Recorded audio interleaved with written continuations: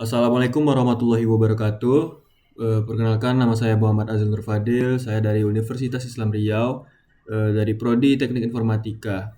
Eh, di video kali ini saya akan membaca buku Draft Pemrograman Web bab 1. Di sini bab satunya itu yaitu Web Arsitektur dan Protokol Jungle. Capaian pembelajaran atau learning outcomes-nya itu ada 5. Yang pertama, membedah evolusi arsitektur web dari masa statis, yaitu web 1.0 hingga era terdesentralisasi, yaitu web 3.0. Lalu menjelaskan mekanisme fundamental jaringan internet, termasuk peran vital DNS dan TCP atau IP handshake. Lalu menganalisis perbedaan performa dan arsitektur antara HTTP 1.1 dan HTTP 2 dan HTTP 3 atau QUIC. Lalu memvisualisasikan critical rendering path browser mulai dari parsing kode hingga pixel muncul di layar. Lalu memahami urgensi keamanan data melalui enkripsi SSL atau TLS dan mekanisme HTTPS. Yang pertama itu evolution of the web, dari read only ke semantic ownership. Sejarah web bukanlah sekedar deretan angka tahun yang membosankan, melainkan sebuah kronologi evolusi kapabilitas manusia dalam berinteraksi dengan informasi digital. Web 1.0 yang sering disebut sebagai era read-only web adalah masa di mana internet berfungsi layaknya perpustakaan digital raksasa yang statis dan satu arah. Pada masa ini, pengguna hanya bisa mengkonsumsi konten tanpa memiliki kemampuan untuk memberikan umpan balik atau interaksi secara langsung dengan halaman tersebut. Situs web dibangun menggunakan file HTML murni yang disimpan di server fisik. Dan setiap kali ada pembaruan informasi, pengembang harus mengedit kode secara manual dan mengunggahnya ulang. Bayangkan ini seperti membaca koran cetak. Kamu bisa membaca beritanya, tapi kamu tidak bisa langsung berkomentar di kertas koran tersebut agar dibaca orang lain. Pergeseran paradigma mulai terjadi secara drastis dengan munculnya Web 2.0 sekitar pertengahan tahun 2000-an yang dikenal sebagai era Read-Write Web atau Social Web. Teknologi seperti AJAX atau Asynchronous JavaScript dan XML menjadi game changer karena memungkinkan halaman web memperbarui data sebagian tanpa perlu ulang seluruh halaman atau reload. Menciptakan pengalaman yang jauh lebih mulus, di era inilah lahir raksasa media sosial seperti Facebook, YouTube, dan Twitter, di mana pengguna berubah peran dari sekedar konsumen pasif menjadi produsen konten atau content creator. Data tidak lagi hanya mengalir dari server ke klien, tetapi juga mengalir deras dari jutaan pengguna kembali ke server untuk diolah dan didistribusikan. Inilah fase di mana internet mulai terasa hidup, kolaboratif, dan menjadi bagian tak terpisahkan dari gaya hidup sosial manusia modern. Namun, Web 2.0 memiliki cacat arsitektural yang fundamental, yaitu sentralisasi data yang ekstrim pada segelintir perusahaan teknologi besar atau big tech. Sebagai respons terhadap isu privasi dan kepemilikan data ini, muncullah konsep Web 3.0 yang sering disebut sebagai read, write, own web atau semantic web. Arsitektur ini mencoba mengembalikan kekuatan ke tangan pengguna melalui desentralisasi, seringkali dengan memanfaatkan teknologi blockchain dan jaringan peer-to-peer. Tujuannya adalah menciptakan internet di mana mesin dapat memahami makna atau semantik dari data, dan pengguna memiliki kedaulatan penuh atas identitas serta aset digital mereka tanpa perantara. Meskipun masih dalam tahap adopsi awal dan penuh perdebatan, filosofi Web 3.0 memaksa kita berpikir ulang tentang siapa yang sebenarnya atau memegang kunci data kita. Di luar definisi kaku versi angka tersebut, tren web saat ini sebenarnya sudah memasuki fase hibrida yang sangat didorong oleh kecerdasan buatan atau AI.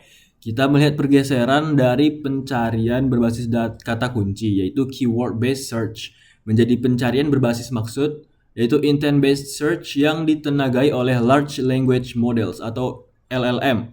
Aplikasi web modern tidak lagi hanya menampilkan data statis, tapi mampu memprediksi kebutuhan pengguna dan menyajikan konten yang dipersonalisasi secara real time. Batas antara aplikasi natif di ponsel dan aplikasi web semakin kabur berkat teknologi progresif web APPS atau PWA yang memungkinkan web diakses secara offline. Ini adalah era di mana efisiensi, kecepatan, dan kecerdasan menjadi metrik utama keberhasilan sebuah platform digital. Penting bagi seorang web arsitek untuk memahami bahwa setiap transisi versi web ini selalu didorong oleh kebutuhan akan skalabilitas dan interaktivitas yang lebih tinggi. Perubahan dari web 1.0 ke 2.0 dipicu oleh kebutuhan manusia untuk bersosialisasi, sedangkan pergeseran ke arah web 3.0 atau web AI dipicu oleh kebutuhan akan kepercayaan atau trust dan efisiensi otomatisasi.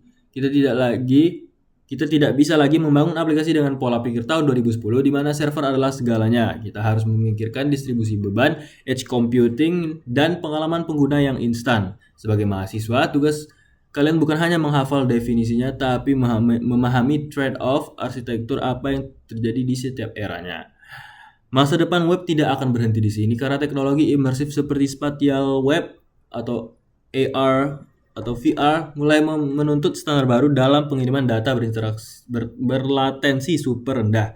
Protokol-protokol lama sedang diperbarui atau digantikan untuk mendukung volume data masif yang dibutuhkan oleh dunia 3D dan streaming resolusi tinggi. Web sedang berevolusi menjadi sebuah sistem operasi global yang tidak terikat pada satu perangkat keras tertentu. Oleh karena itu, memahami sejarah evolusi ini memberikan konteks mengapa teknologi tertentu diciptakan dan masalah apa yang sebenarnya ingin mereka selesaikan. Tanpa pemahaman ini, kita hanya akan menjadi tukang ketik kode yang buta arah di tengah hutan teknologi yang terus berubah. Selanjutnya yaitu yang kedua, Network Fundamentals atau pipa digital di balik layar. Sebelum membahas kode HTML atau CSS, kita harus paham bahwa internet pada dasarnya adalah jaringan kabel fisik raksasa yang menghubungkan miliaran komputer. Model komunikasi yang paling umum digunakan dalam pemrograman web adalah client-server arsitektur, sebuah konsep yang mirip dengan dinamika sebuah restoran cepat saji. Di sini, klien atau browser di laptop atau HP kamu bertindak sebagai pelanggan yang lapar, sedangkan server adalah dapur yang menyimpan bahan makanan atau data dan koki logika aplikasi. Pelanggan tidak bisa sembarangan masuk ke dapur dan mengambil makanan sendiri. Mereka harus memesan melalui pelayan atau API sesuai dengan menu yang tersedia. Jika dapur sedang sibuk atau pelayan salah mencatat pesanan, maka makanan atau respon akan terlambat sampai atau bahkan salah kirim. Komunikasi antara klien dan server ini tidak terjadi melalui sihir, melainkan melalui seperangkat aturan ketat yang disebut protokol, dengan fondasi utamanya adalah TCP atau IP, yaitu Transmission Control Protocol atau Internet Protocol. Bayangkan IP address sebagai alamat rumah lengkap dengan kode posnya yang memastikan paket data tahu kemana harus pergi di antara miliaran rumah lain di dunia. Setiap perangkat yang terhubung ke internet wajib memiliki alamat IP unik ini, baik itu versi IPv4 yang formatnya klasik atau misalnya 192.168.1.1 maupun IPv6 yang lebih panjang untuk mengakomodasi ledakan jumlah perangkat IoT. Tanpa IP address, internet akan menjadi ruang hampa di mana tidak ada satu pesan yang bisa menemukan penerimanya. IP adalah identitas lokasi di dunia digital yang memungkinkan routing data terjadi secara global. Namun sekedar tahu alamat saja tidak cukup. Kita butuh jaminan bahwa paket data yang dikirim akan sampai dengan selamat dan utuh. Dan disinilah peran TCP.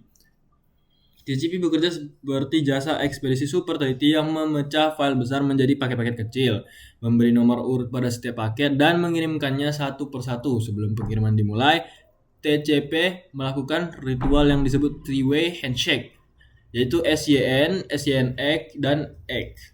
Untuk memastikan kedua belah pihak siap berkomunikasi, jika ada paket yang hilang di tengah jalan karena koneksi buruk, TCP akan meminta pengirim untuk mengirim ulang paket tersebut, yaitu retransmission, sampai data diterima lengkap. Mekanisme ini menjamin reliabilitas meskipun harus sedikit mengorbankan kecepatan karena adanya overhead komunikasi bolak-balik. Masalahnya, manusia tidak didesain untuk mengingat deretan angka IP address seperti 142.250.190.46.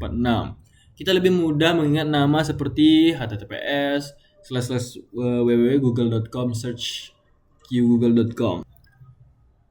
Disinilah DNS atau Domain Name System berperan sebagai buku telepon internet yang menerjemahkan nama domain yang ramah manusia menjadi alamat IP yang ramah mesin.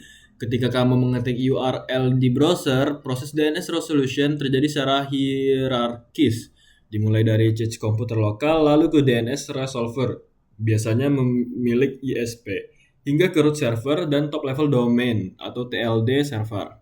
Proses ini berlangsung dalam hitungan milidetik. Namun tanpanya, kita harus mencatat alamat IP setiap website di buku catatan fisik. DNS adalah lapisan abstraksi vital yang membuat internet dapat digunakan atau usable oleh masyarakat umum. Dalam arsitektur modern, pemahaman tentang jaringan ini sangat krusial karena seringkali masalah performa aplikasi bukan disebabkan oleh kode yang buruk, tapi oleh latensi jaringan. Konsep seperti CDN atau Content Delivery Network diciptakan justru untuk mendekatkan data pengguna dan meminimalkan jarak fisik yang harus ditempuh oleh paket data.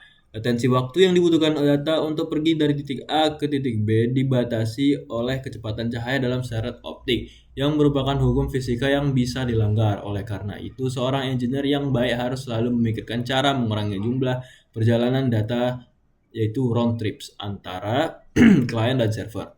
Semakin sedikit perjalanan yang dibutuhkan, semakin cepat aplikasi terasa di tangan pengguna. Terakhir, penting untuk menyadari bahwa jaringan internet adalah lingkungan yang tidak bisa dipercaya atau untrusted environment dan penuh dengan potensi kegagalan. Kabel bisa putus, router bisa overload, dan data bisa dibajak di tengah jalan oleh pihak tidak bertanggung jawab. Oleh karena itu, protokol jaringan terus berevolusi untuk menyertakan fitur keamanan dan pengecekan integritas data secara bawaan.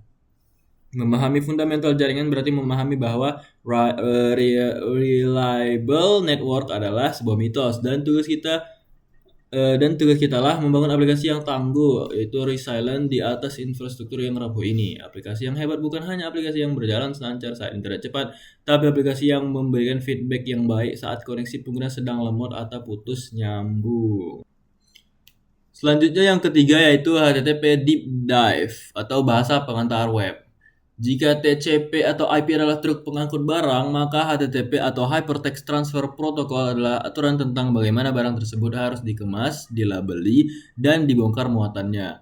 HTTP adalah protokol stateless yang artinya server tidak secara otomatis mengingat percakapan sebelum dengan klien yang sama. Setiap permintaan atau request dianggap sebagai transaksi baru yang berdiri sendiri. Ini seperti kasir yang melupakan wajahmu segera setelah kamu selesai membayar, sehingga jika kamu ingin memesan lagi, kamu harus menyebutkan ulang nama dan detail pesananmu. Sifat stateless ini membuat arsitektur web sangat scalable karena server tidak terbebani memori untuk menyimpan riwayat setiap pengguna, namun juga memunculkan tantangan dalam mengelola sesi login user. Sebuah HTTP request terdiri dari beberapa komponen vital, yaitu HTTP verb, kata kerja, URL headers, dan terkadang body, yaitu isi pesan. HTTP verb seperti get mengambil data, post yaitu mengirim data baru, put mengganti data, dan delete yaitu menghapus data, memberikan konteks semantik kepada server tentang apa yang diinginkan klien. Sementara itu, headers berfungsi sebagai metadata yang membawa informasi tambahan seperti jenis browser, yaitu user agent, format data yang diterima, yaitu accept, atau token autentikasi. Memahami anatomi request ini sangat penting bagi developer, karena kesalahan memilih verb atau lupa menyertakan header tertentu adalah penyebab umum bug pada komunikasi API. Di sisi lain, server merespon dengan HTTP response yang selalu diawali dengan status code, sebuah code 3 digit yang memberitahu nasib dari request tersebut. Kode 2xx seperti 200 OK berarti sukses. 3xx seperti 301 move permanently berarti ada pengalihan. 4xx seperti 404 not found berarti kesalahan ada di pihak klien. Dan 5xx seperti 500 internal server error berarti server sedang bermasalah. Menghafal dan menggunakan status code ini dengan tepat adalah etika dasar dalam pemrograman web agar aplikasi frontend bisa bereaksi dengan benar terhadap hasil request. Jangan pernah mengirim status 200 OK jika sebenarnya terjadi error di backend. Karena itu akan membingungkan sistem monitoring dan developer lain. Evolusi HTTP sangat menarik untuk diamati, dimulai dari HTTP 1.1 yang menjadi standar selama bertahun-tahun namun memiliki masalah performa serius bernama head of line blocking. Dalam HTTP 1.1, browser membatasi jumlah koneksi ke satu server, biasanya 6 koneksi. Sehingga jika ada satu file gambar besar yang macet saat diunduh, file-file kecil di belakangnya harus antri menunggu, yaitu the waterfall effect. Ini ibarat antrean di kasir supermarket yang hanya buka satu jalur. Jika pelanggan di depanmu belanjaan segerobak penuh dan kartunya error, kamu yang hanya beli permen ikut tertahan lama.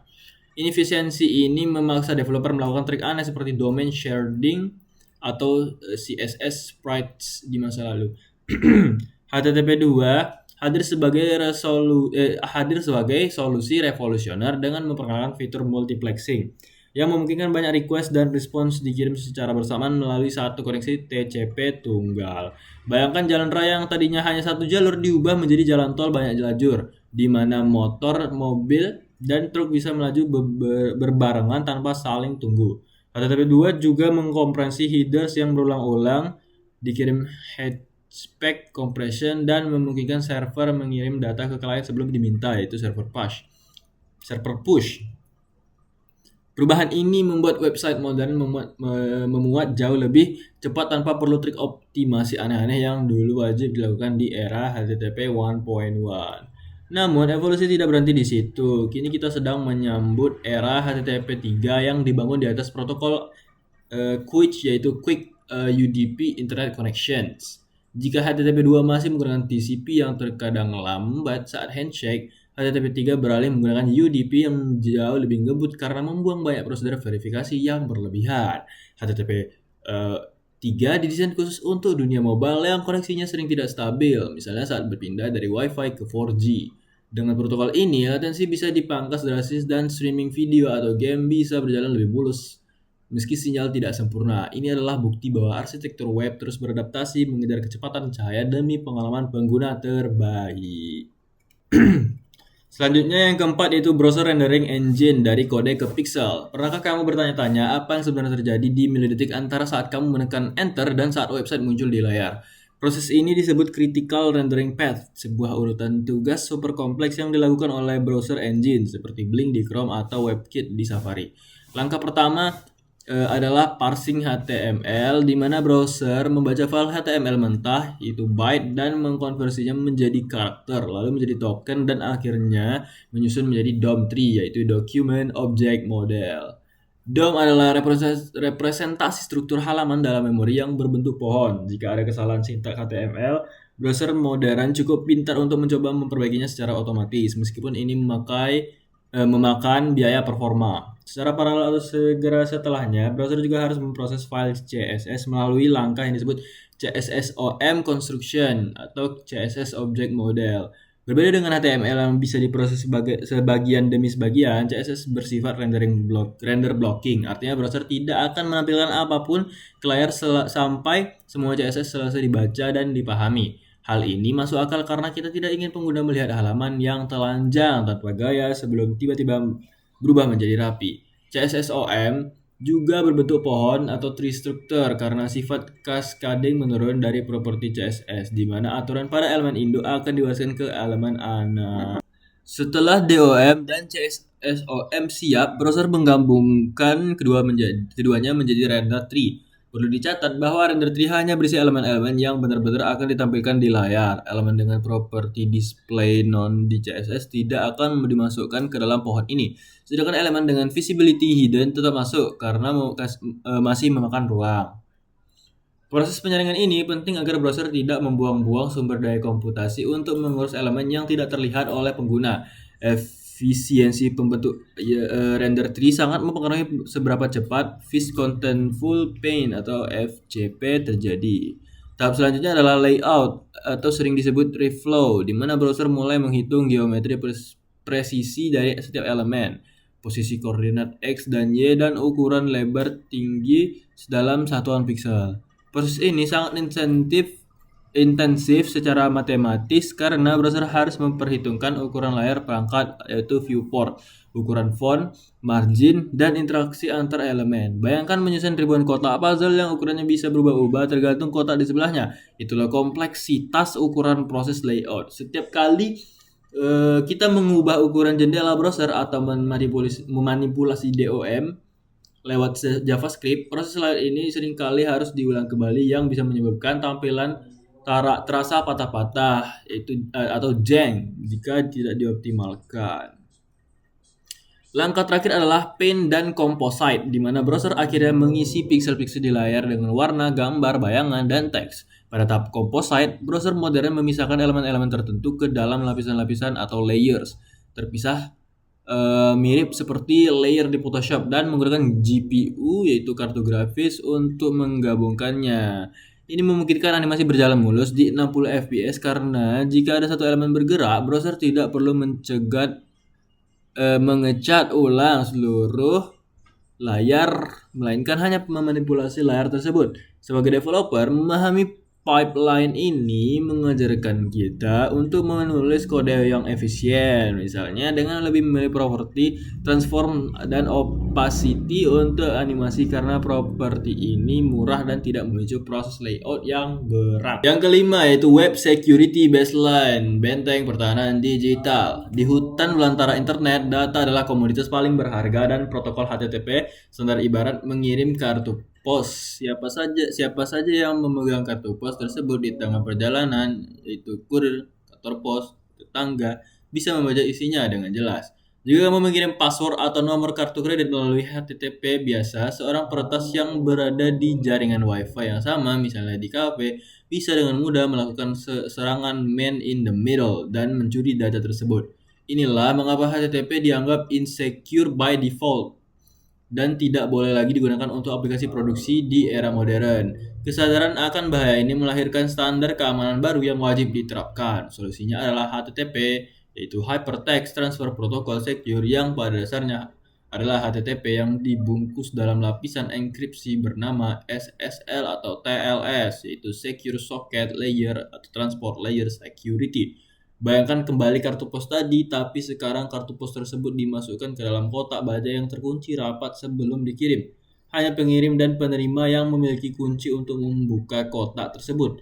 Bahkan jika kotak itu dicuri di tengah jalan, pencuri tidak akan bisa melihat isinya tanpa kunci yang tepat.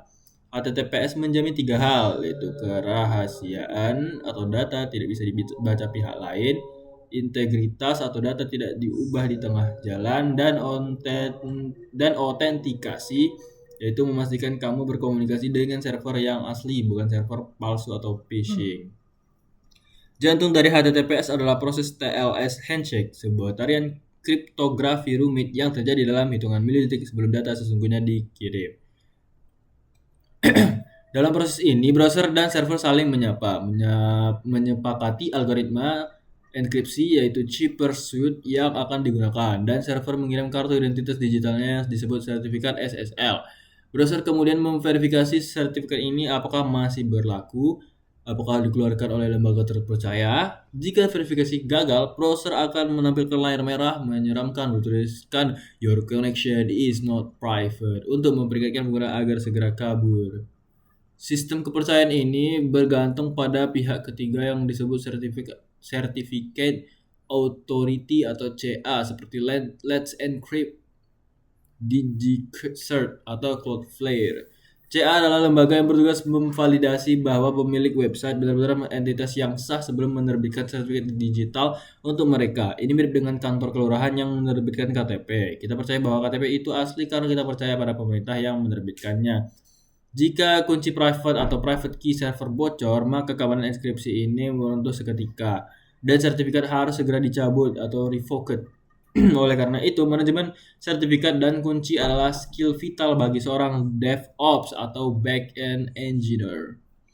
Di era modern, browser-browser besar seperti Chrome dan Firefox telah mengambil sikap tegas dengan menandai semua situs non-HTTPS sebagai not secure di address bar. Ini bukan sekedar kosmetik, tapi sebuah langkah untuk memaksa industri beralih ke standar keamanan yang lebih tinggi. Fitur browser modern seperti geolokasi, akses kamera, dan server workers untuk PWA bahkan diblokir total jika website tidak menggunakan HTTPS. Keamanan bukan lagi fitur tambahan atau nice to have, melainkan prasyarat mutlak, yaitu must have. Sebagai developer, meremehkan HTTPS sama dengan membiarkan pintu rumah klienmu terbuka lebar bagi pencuri di malam hari. Yang keenam, integrasi keislaman atau arsitektur digital dan fitrah keterhubungan. Dalam perspektif Islam, teknologi web yang menghubungkan miliaran manusia di seluruh dunia adalah manifestasi modern dari konsep hablum minan nas, hubungan antara manusia dan silaturahim. Sebagaimana TCP atau IP dan kabel serat optik bekerja keras tanpa henti untuk memastikan paket data sampai ke tujuannya demi menjaga konektivitas. Seorang muslim juga diperintahkan untuk menjaga tali persaudaraan agar tidak terputus. Infrastruktur internet yang kita pelajari mengajarkan bahwa isolasi adalah hambatan bagi kemajuan, sedangkan konektivitas adalah kunci pertukaran manfaat atau maslahah. Rasulullah Shallallahu Alaihi Wasallam bersabda bahwa siapa yang ingin diluaskan rezekinya dan dipanjangkan umurnya, hendaklah ia menyambung silaturahim. Dalam konteks digital, aplikasi web yang kita bangun adalah wasilah atau sarana untuk memfasilitasi pertukaran ilmu dan muamalah tersebut secara global. Keteraturan protokol yang ketat, mulai dari handshake TCP hingga struktur hidrah HTTP, mencerminkan konsep nizam atau keteraturan yang merupakan inti dari ajaran Islam. Alam semesta ini tidak berjalan secara acak, melainkan mengikuti sunatullah, yaitu hukum alam yang presisi dan terukur, sama seperti web yang akan hancur atau chaos jika tidak ada standar protokol yang disepakati bersama. Jika sebuah server melanggar aturan protokol HTTP, komunikasi akan gagal. Begitu pula jika manusia melanggar aturan syariat atau norma sosial, tatanan masyarakat akan rusak. Disiplin dalam menerapkan standar kode dan protokol mengajarkan kita bahwa kebebasan berkreasi tetap membutuhkan batasan aturan agar bisa berfungsi dengan harmonis dan memberikan manfaat yang optimal. Peran DNS dan sertifikat SSL atau TLS dalam memverifikasi identitas server sangat selaras dengan perintah Al-Quran tentang tabayyun atau verifikasi. Dalam surat Al-Hujurat ayat 6, Allah memerintahkan kita untuk meneliti kebenaran sebuah berita agar tidak menimpakan musibah kepada orang lain karena kebodohan. Di dunia maya yang penuh dengan phishing dan penipuan, mekanisme keamanan web adalah implementasi teknologi dari prinsip kehati-hatian ini. Memastikan bahwa kita terhubung dengan server yang benar melalui validasi sertifikat digital adalah bentuk ikhtiar untuk menjauhi kebohongan dan penipuan atau horor. Teknologi ini melindungi pengguna dari informasi palsu dan memastikan integritas pesan tetap terjaga dari pengirim hingga penerima tanpa distorsi atau tahrif. Penerapan keamanan data melalui HTTPS dan enkripsi juga merupakan bentuk penunaian amanah atau kepercayaan yang sangat fundamental. Ketika pengguna memasukkan data pribadi atau kata sandi ke dalam aplikasi web kita, mereka sedang menitipkan rahasia mereka kepada kita. Dan menjaga rahasia adalah kewajiban berat bagi seorang mukmin. Mengabaikan keamanan dengan menggunakan protokol USAM atau HTTP biasa sama dengan membiarkan pintu rumah orang lain terbuka bagi pencuri yang merupakan bentuk pengkhianatan terhadap amanah. Islam sangat menjunjung tinggi hifzu al-ird atau menjaga kehormatan dan hifzu al-mal, menjaga harta. Oleh karena itu, seorang web arsitek muslim harus memandang keamanan cyber bukan sekedar fitur teknis, melainkan tanggung jawab moral untuk melindungi privasi dan aset sesama manusia dari kezaliman. Sedangkan evolusi dari HTTP 1.1 yang lambat menuju HTTP 3 yaitu QUIC yang super cepat mencerminkan prinsip ihsan dan itqan atau yaitu profesionalisme atau penyempurnaan. Islam mengajarkan bahwa hari ini harus lebih baik dari hari kemarin, yang berarti kita tidak boleh puas dengan status quo jika ada yang lebih efisien untuk melakukan sesuatu. Allah mencintai hambanya yang apabila melakukan suatu pekerjaan, ia melakukannya dengan itqan atau tekun dan sempurna. Upaya para insinyur dunia jika memangkas latensi dan meningkatkan kecepatan akses informasi adalah bentuk jihad intelektual untuk memudahkan urusan manusia. Jika kita mengadopsi mentalitas ini, terus belajar teknologi terbaru bukan hanya untuk gaji yang lebih tinggi, tapi untuk memberikan layanan yang terbaik yang memudahkan hidup orang lain. Terakhir, kita harus menyadari bahwa seluruh arsitektur web ini hanyalah wasilah atau alat, dan hukum penggunaannya bergantung pada maqasid atau tujuan di baliknya. Sebuah pisau bisa digunakan untuk memotong roti atau melukai orang. Begitu pula web bisa digunakan untuk menyebarkan dakwah dan ilmu, untuk menyebarkan maksiat dan fitnah. Sebagai pengembang, kita memikul tanggung jawab etis atas platform yang kita bangun. Apakah platform tersebut mendekati pengguna kepada kebaikan atau justru memfasilitasi keburukan? Kita harus berniat menjadikan setiap baris kode atau justru dan arsitektur yang kita rancang sebagai amal jariah yang mengalirkan pahala kebaikan dengan cara membangun sistem yang bermanfaat, adil, dan tidak mengeksploitasi kelemahan pengguna. Terakhir yaitu yang ketujuh, yaitu kesimpulan peta mental arsitek web. Bab ini telah meruntuhkan ilusi bahwa web hanyalah sekedar layar yang menyala. Kita telah membedah anatomi internet dan menemukan bahwa setiap keputusan teknis memiliki konsekuensi arsitektural. Berikut adalah rangkuman poin-poin vital yang harus tertanam dalam mindset seorang web arsitek. Evolusi adalah respon terhadap kebutuhan. Pergeseran dari web 1.0 yaitu statis ke web 2.0 sosial hingga web 3.0 desentralisasi AI bukan sekedar tren gaya-gayaan melainkan upaya teknis untuk memecahkan masalah skalabilitas, interaktivitas, dan kepemilikan data. Arsitek yang mendesain untuk masa depan bukan hanya meniru masa lalu. Yang kedua itu latensi adalah musuh utama. Di balik layar TCP atau IP dan DNS bekerja keras memastikan data sampai ke tujuan, kita belajar bahwa jarak fisik dan jumlah round trip bolak-balik data lebih berpengaruh terhadap kecepatan daripada sekedar bandwidth.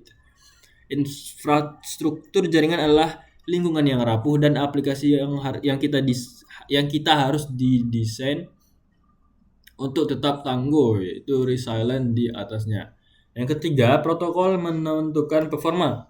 Evolusi HTTP mengajarkan kita tentang efisiensi pengiriman. HTTP 1.1 ibarat jalan satu jalur yang macet, yaitu head of line blocking. Sementara HTTP 2 dan HTTP 3 yaitu quit adalah jalan tol multitafsir atau multiplexing yang memungkinkan aset dikirim paralel.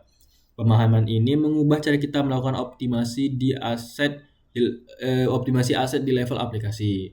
Poin keempat yaitu rendering bukanlah sihir. Browser memiliki critical rendering path yaitu HTML, DOM, CSSOM, render tree, layout, dan paint yang sangat ketat. Kode yang buruk bukan hanya jelek dilihat tapi membebani CPU perangkat pengguna. Efisiensi penulisan kode HTML dan CSS berdampak langsung pada seberapa cepat piksel muncul di layar. Poin kelima yaitu keamanan bukan fitur opsional. Di hutan belantara internet yang penuh predator, HTTPS dan SSL atau TLS adalah baju zirah standar. Mengabaikan keamanan data enkripsi dan validitas identitas atau sertifikat sama dengan membangun rumah tanpa pintu.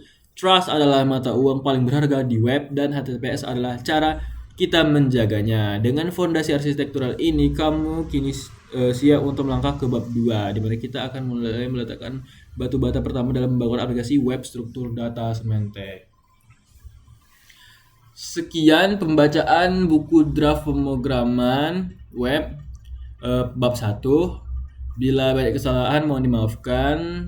Saya tutup dengan mengucapkan Assalamualaikum warahmatullahi wabarakatuh.